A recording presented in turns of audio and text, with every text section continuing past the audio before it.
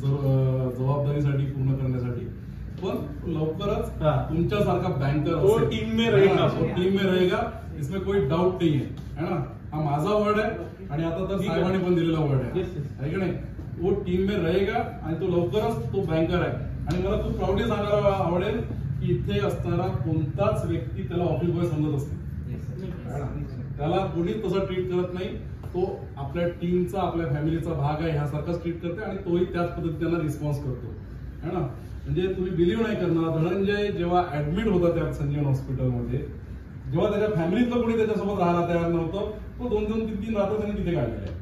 असा प्रत्येकाच्या लाईफमध्ये प्रत्येकाकडे काही ना काही अजिंक्यने केलेलं तुम्हाला आठवण असेलच, तुम्हाला काहीतरी एक्स्ट्राऑर्डिनरी त्यांनी केलेलं आहे. So keep it up Ajinkya.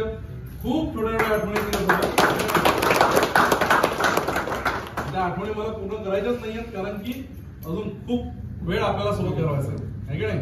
So भविष्यामध्ये आपण अजून सोबत काम करणार आहोत, हे विसरू नको. तो शादाब खान है ना, नामी काफी ऍडव्होकेट शादाब खान.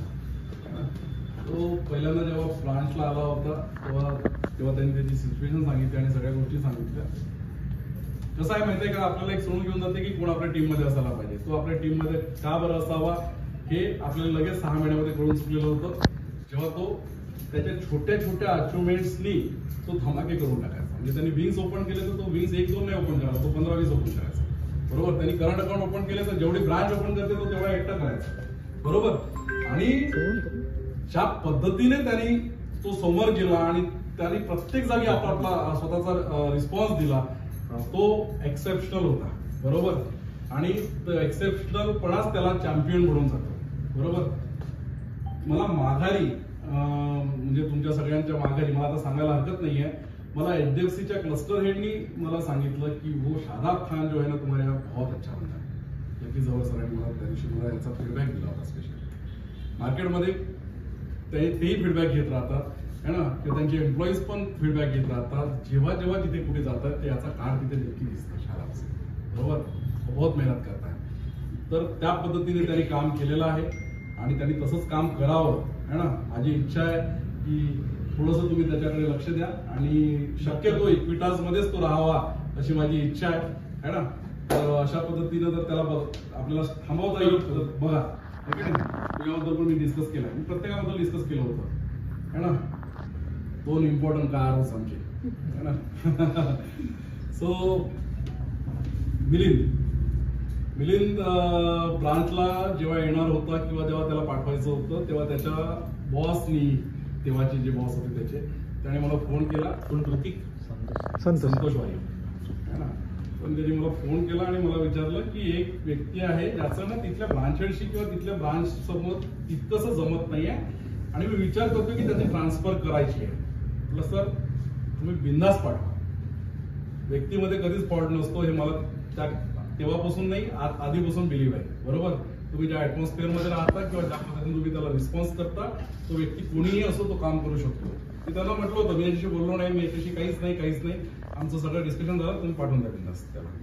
ओके.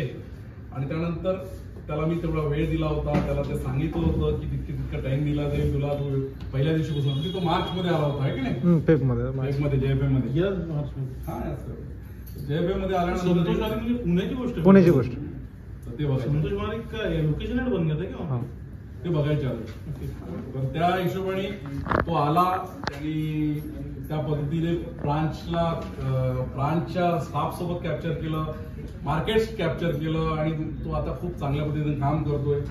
ब्रांचचे जे चांगले इव्हेंट्स होतात, सगळ्या गोष्टी होतात, त्याच्यात तो एक्सेलन्स आहे की ते इव्हेंट्स ज्या पद्धतीनं आपल्याला प्रेझेंट करायचे असतात, ब्रांचचे जे नाव होतात त्यामध्ये त्याच्या हातात जो कॅमेरा असतो किंवा ज्या पद्धतीने एडिट करतो तो अप्रतिमरित्या हे सगळ्या गोष्टी करतो आणि त्याचमुळे आपली ब्रांच खूप चांगल्या रीतीने क्लस्टरमध्येच नव्हे तर पॅन इंडिया प्रेझेंट होते.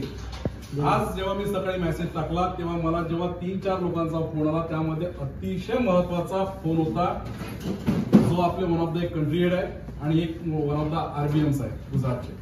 त्या दोघांनी सांगितलं मला की बिलीव्ह नाही होत आहे की तू जातोस, ज्या प्रकारचे तुम्ही तुमच्या ब्रांचला तुम्ही प्रेझेंट करता, ज्या प्रकारे तुम्ही हे सगळ्या गोष्टी करता आणि ते आम्हाला जिथे पाहायला भेटतं लिंक्डइनवर असो किंवा इतर गोष्टींवर असो, ते अप्रतिम आहे. आणि ती तारीख ऍक्च्युली माझी नव्हती, ती त्याची होती. ओके आहे की नाही? तर हे प्रेझेंटेशन फार इम्पॉर्टंट आहे. ही तुझी एक एक्स्ट्रॉर्डनरी स्किल आहे. ऍज अ एम्प्लॉई तू जर बेस्ट आहे, त्याच्यात काही शंका नाही आहे. ठीक आहे. सो ते डोक्यात घेऊच नको परत त्याच याच्यामध्ये कचकटीमध्ये जाण्याचा. तू आता यवतमाळमध्ये कम्फर्ट झालेला आहे, या ब्रांचमध्ये कम्फर्ट झालेला आहे. तो कम्फर्ट तुला सरांकडनं पण मिळेल. So don't take any decision, है ना? आणि ते काळ घाल, थोडासा वेळ घाल. आता ती वेळ आहे की आता तुला म्हणजे आता तो वेळ झालेला आहे तुझा कम्प्लीट स्ट्रगलचा. आता रिझल्टचा वेळ आहे. हा रिझल्टच्या वेळात तुला चांगला इथे रिझल्ट भेटेल. So I hope to continue इथेच कर. अँड इथे आता परफॉर्मन्सचे तुझे मला वेगवेगळे व्हिडिओ यायला पाहिजे, आहे की नाही? So all the best. Thank you sir. कृपा है ना? जसं मी कुठली गोष्ट जनरली बोलत नाही पब्लिकली, आहे की नाही?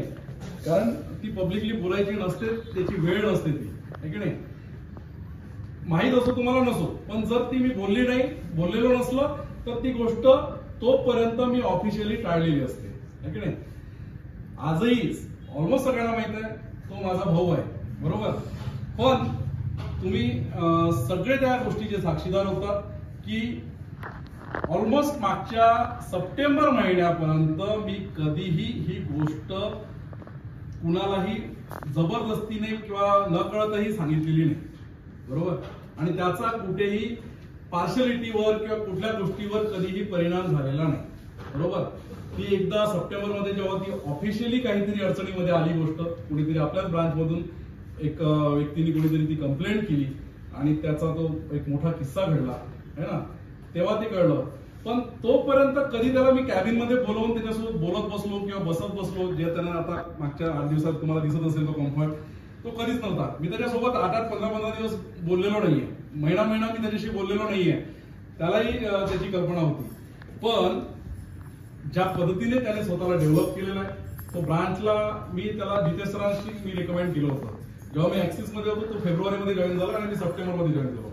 माझ्या खूप आधी तो जॉईन झालेला होता.